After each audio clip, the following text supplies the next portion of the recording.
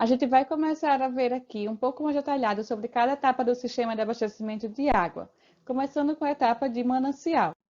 Então, como eu falei para vocês, os mananciais eles podem ser divididos entre mananciais de superfície, subterrâneo e meteórico. E os mananciais de superfície podem ser divididos entre aqueles com acumulação ou sem acumulação. E os sem acumulação, né, seriam os rios ou as lagoas naturais e os com acumulação associados aos açudes, por exemplo. Os mananciais subterrâneos são aqueles, né, associados com os aquíferos subterrâneos. Pode ser um aquífero confinado ou não confinado. A gente vai ver um pouco mais de detalhes sobre essa parte do manancial subterrâneo lá para o final dessa aula. E o manancial meteórico associado com a água da chuva. Então, aqui a gente tem o exemplo desses três tipos de mananciais, iniciando aqui, né, com os mananciais superficiais, pode ser associado a um rio, como eu falei, ou mesmo, né, captação do mar e fazer dessalinização da água do mar para distribuir água para a população após passar pelo tratamento. Além disso, a gente também pode ter os aquíferos subterrâneos, aqui se for um aquífero freático, né, associado com um poço raso, poço freático, ou poços profundos, quando eu tenho os mananciais confinados, os aquíferos confinados, ou ainda quando eu tenho a captação numa cisterna da água da chuva que cai das nuvens. Eu gostaria só de ressaltar aqui, em relação à água da chuva, que ela também pode ser considerada, né, como um manancial meteórico, e aí vai ter o armazenamento em uma cisterna. Essa água da chuva e as cisternas podem ser utilizadas tanto em ambientes urbanos quanto em ambientes rurais.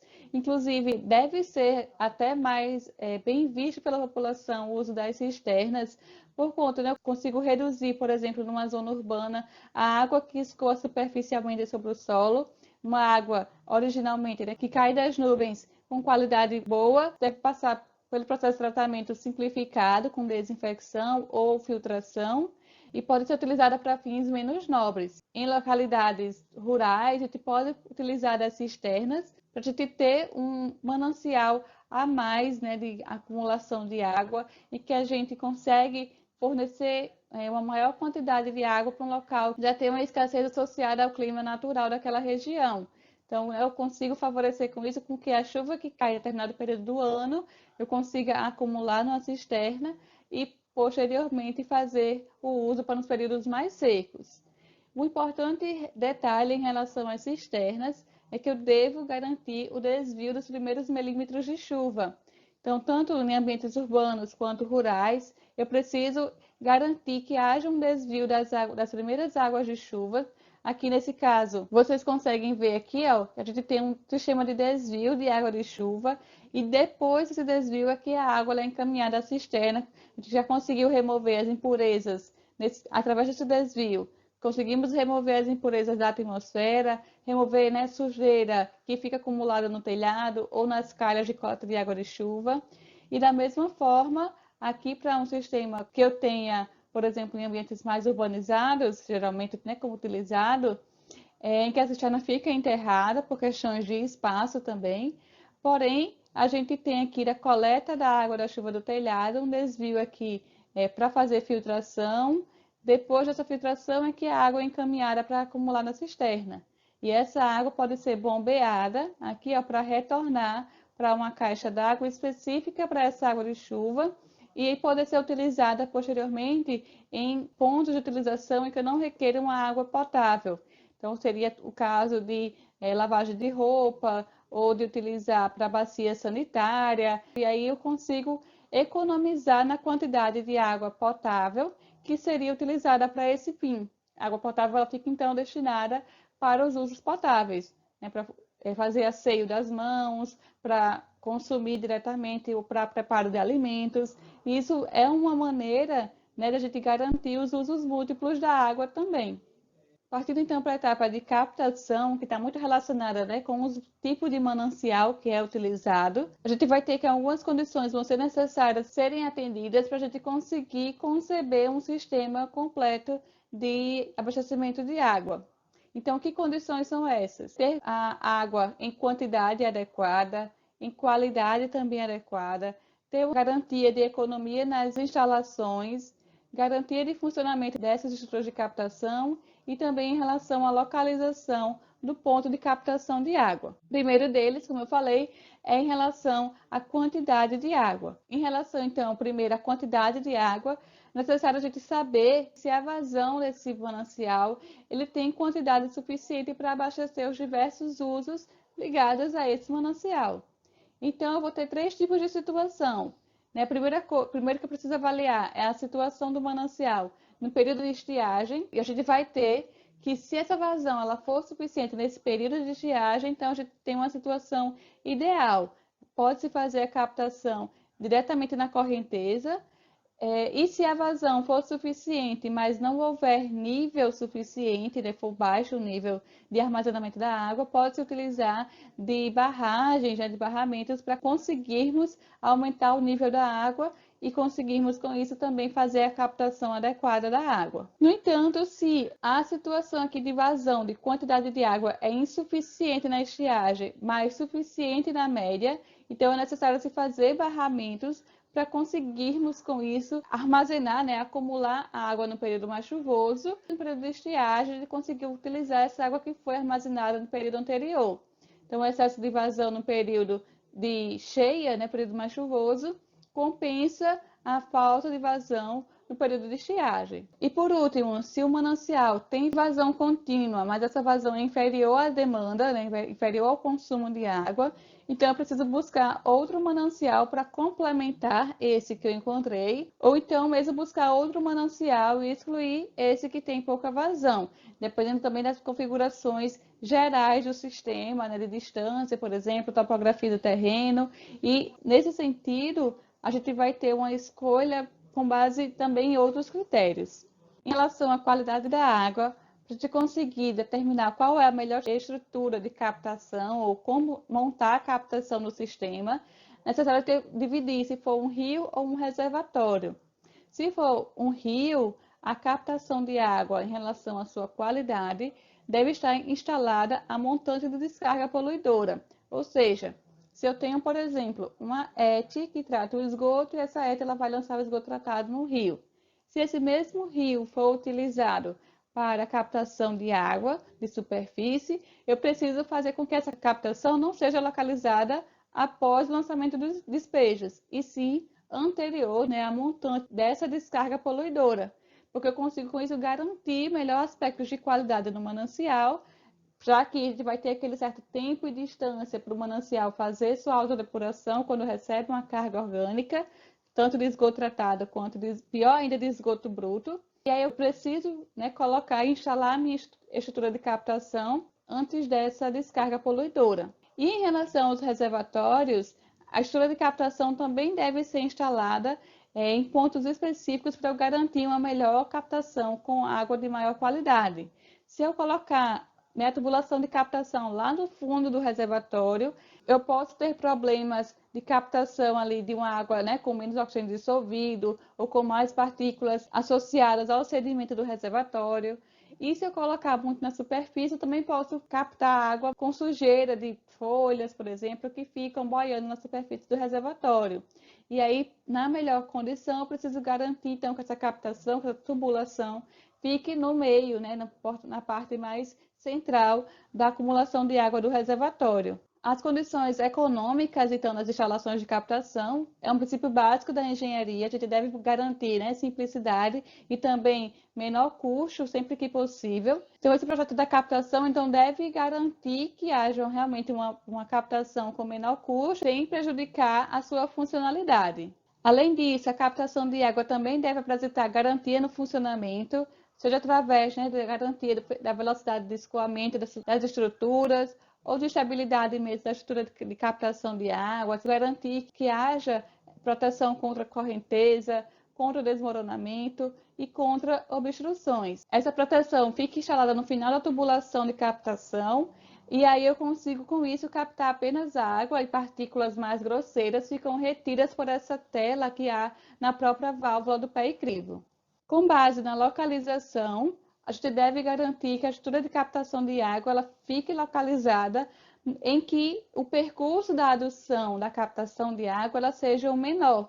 Então, eu vou escolher dentro do curso do rio qual é o ponto em que a estrutura de captação ela fique mais próxima à estrutura de adução de água e das estações elevatórias. Com isso, também consigo economizar no comprimento da tubulação que vai fazer esse percurso da captação até a próxima unidade do sistema. E outra observação em relação à localização é que se eu tenho um rio, por exemplo, então é desejável, né, preferível, que eu passe a captação de água no ponto em que esse rio ele vai ter uma estrutura mais retilínea. Porém, se não for possível, né, não for encontrada uma região adequada em que o rio ele tem essa característica mais retilínea, a opção aceitável vai ser instalar a estrutura de captação aqui no lado côncavo do rio.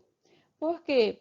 No lado aqui convexo, né, da margem do rio, a gente vai ter um acúmulo de sedimentos pelo próprio transporte da água e a gente não quer que esses sedimentos eles sigam para as demais estruturas de captação, de adução da água, né, as estruturas do sistema de abastecimento de água. Então, na situação aceitável, quando eu não tenho um trecho de rio retilíneo, é instalar a minha estrutura de captação aqui no trecho mais côncavo e não no trecho convexo, porque eu posso justamente ter essa captação levando também os sedimentos que ficam acumulados nessa margem onde há maior turbulência da água. E se for um reservatório, eu devo instalar a minha captação, né, no ponto mais próximo do barramento da água. Geralmente a gente vai ter nos reservatórios um barramento, uma parede que vai barrar o reservatório.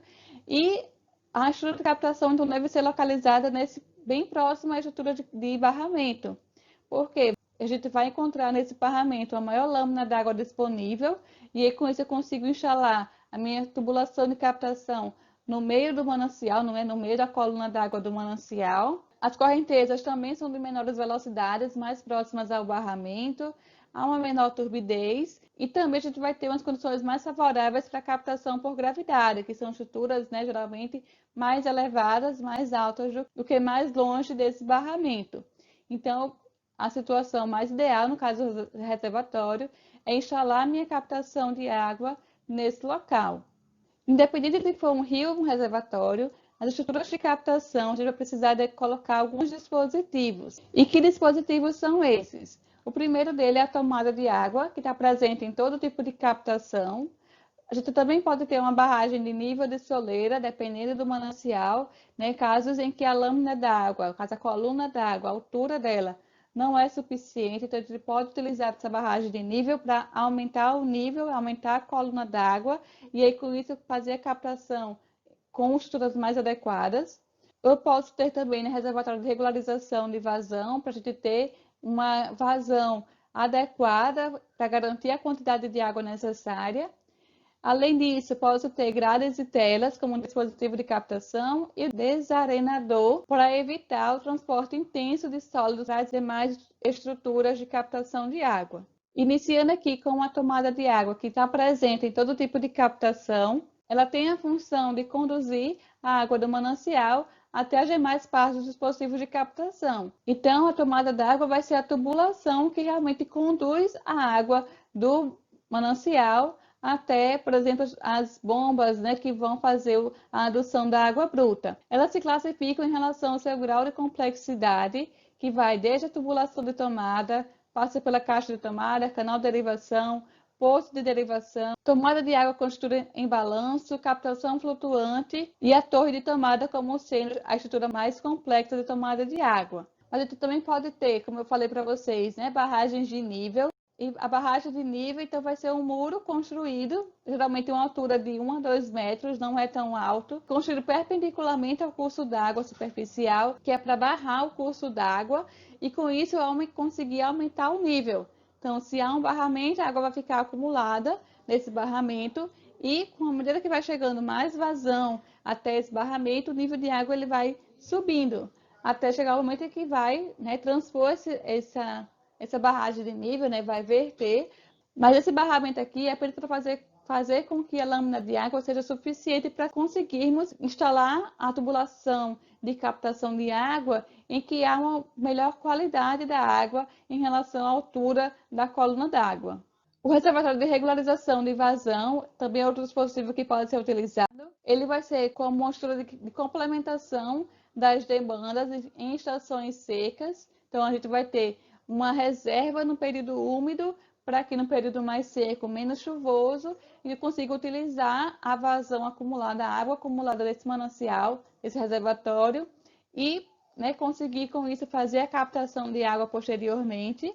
Outro dispositivo importante na captação de água são as grades e telas, e eles vão ser empregados para a gente conseguir reter material flutuante, reter sujeiras, ou então materiais em suspensão de maior dimensão, de sujeiras que possam estar na coluna d'água. Consigo ali, reter folhas, por exemplo, ou mesmo resíduos sólidos que ficam na superfície ou na coluna d'água do manancial. E isso, sendo retido pelas grades e telas, não vai prejudicar as demais etapas do sistema de abastecimento de água. As grades, elas podem ser divididas em grade grosseira ou grade fina, dependendo do espaçamento entre as barras da grade. Elas vão ser para reter materiais mais grosseiros, e as telas, elas retêm materiais mais finos que conseguiram passar pela grade. A gente pode encontrar as duas estruturas, tanto a grade e em seguida a grade e a estrutura de tela. E por último, o desalinador, quando tem o transporte intenso de sólidos, que também pode ser utilizado na captação, ele vai ser complementar às estruturas de captação de água. Quando o manancial apresenta esse transporte intenso de sólidos, então vai ser para remover a areia que possa estar dissolvida ou em suspensão na água. Fica localizada entre a tomada de água e a adutora.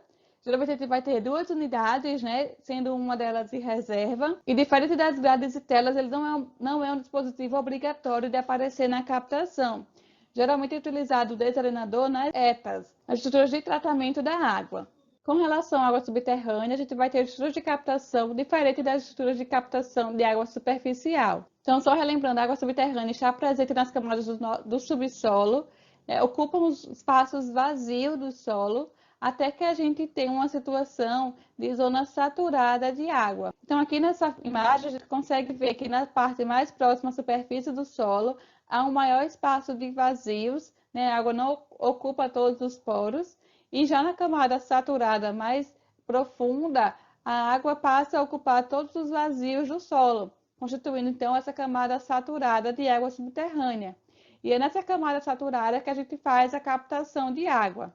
E o aquífero, então, eles podem ser divididos entre aquífero confinado ou aquífero não confinado, aquífero livre, e o poço instalado em cada um desse tipo de aquífero, seja confinado ou aquífero livre, também vai ter uma denominação diferente, Seria o poço artesiano dos aquíferos confinados e os poços freáticos nos aquíferos livres. Então, só diferenciando aqui os poços, a gente pode ter tanto o poço captando num aquífero confinado, aqui em A, quanto um aquífero livre, aqui em B. E esses poços, dependendo de qual aquífero está ligado, pode ser um poço livre ou poço freático, aqui no caso de 3, ou então um poço captando água de mananciais, de aquíferos confinados, seria o caso do 1 e 2.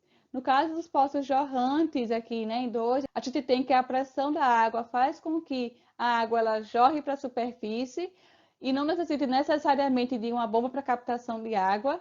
E no caso do 1, em que não é um poço jorrante, a gente precisa garantir que essa água seja captada através de bombeamento. E outro fator importante em relação aos mananciais subterrâneos é garantir que os poços sejam protegidos. Por quê? Na bacia hidrográfica, a gente tem várias fontes de poluição, de contaminação da água subterrânea, então, seja através de pesticidas ou de postos de combustíveis, ou mesmo de esgoto que infiltra no solo através das fossas, ou aterros de resíduos sólidos, atividades industriais, que vão ser fontes de contaminação para os mananciais subterrâneos.